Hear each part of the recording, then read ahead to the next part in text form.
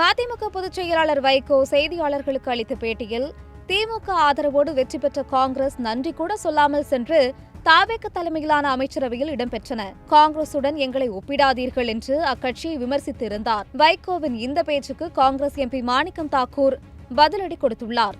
இதுகுறித்து அவர் வெளியிட்டுள்ள சமூக வலைதள பதிவில், மூத்த தலைவர் வைகோவுக்கும் அவர் பொது வாழ்க்கைக்கு ஆற்றிய நீண்ட கால பங்களிப்புக்கும் எனக்கு மிகுந்த மரியாதை உள்ளது. எனினும் உரிய மரியாதையுடன் நான் தெளிவுபடுத்த விரும்புவது என்னவெனில், நன்றி உணர்வு குறித்த கேள்வியை பொறுத்தவரை அரசியல் கூட்டணிகள் பரஸ்பர நம்பிக்கை மற்றும் மரியாதையின் அடிப்படையில் உருவாக்கப்படுகின்றன.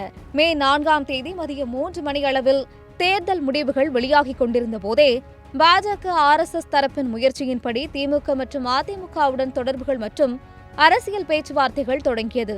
பாஜகவின் தூண்டுதலின் பேரில் திமுக எடப்பாடி பழனிசாமி மற்றும் அதிமுகவுடன் தொடர்புகளை ஆரம்பித்தது. மேலும் மறைமுக வேலைகள் நடந்தது இயல்பாகவே காங்கிரஸ் தலைமைக்கு கவலைகளை ஏற்படுத்தியது.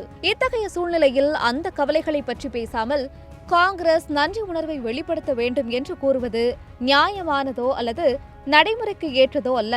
இந்தியா கூட்டணியில் உள்ள எங்கள் மதிப்புக்குரிய சகாக்கள் திமுகவுடனான தங்களின் ஏமாற்றங்கள் அல்லது கருத்து வேறுபாடுகளில் காங்கிரஸ் கட்சியை இழுத்துச் செல்ல வேண்டாம் என்று நான் மரியாதையுடன் கேட்டுக்கொள்கிறேன்.